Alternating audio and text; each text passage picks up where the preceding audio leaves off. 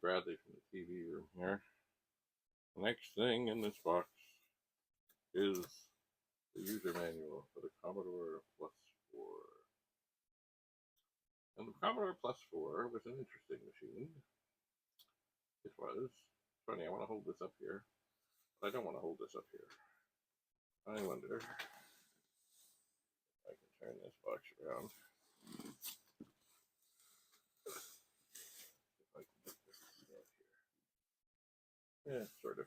Anyway, the Commodore Plus 4 was an interesting machine.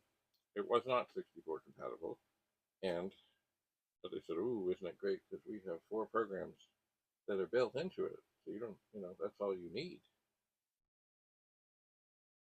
Mind you, if they put Paperclip or maybe WordPro, Paperclip by Steve Douglas, WordPro by Steve Hunter, in there, it might have gone well. But anyway, they didn't. They put something else in. But it's funny, I do remember seeing during the war, where Britain took a bunch of boats down to get back. Oh, the Falklands. They were keeping track of prisoners of war with a Plus 4 using the database. So it had in it, let's see here, spreadsheet, graphing, data management, and word processing, all within the computer. And there were people, like anything, that really, really liked this. But, mostly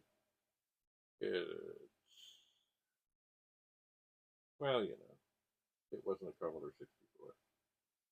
Anyway, this manual seems to have been read and used some, but it's not been killed.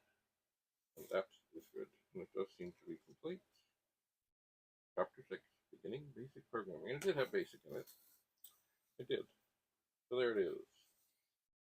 A manual for the Commodore Plus 4. Thanks for coming. Thanks for being here. Have a lovely, lovely day. We'll see what else we find, which I think you already know what we're going to find next, because I can see it in the screen here. Oh, look at that. It's a data set. Bye for now.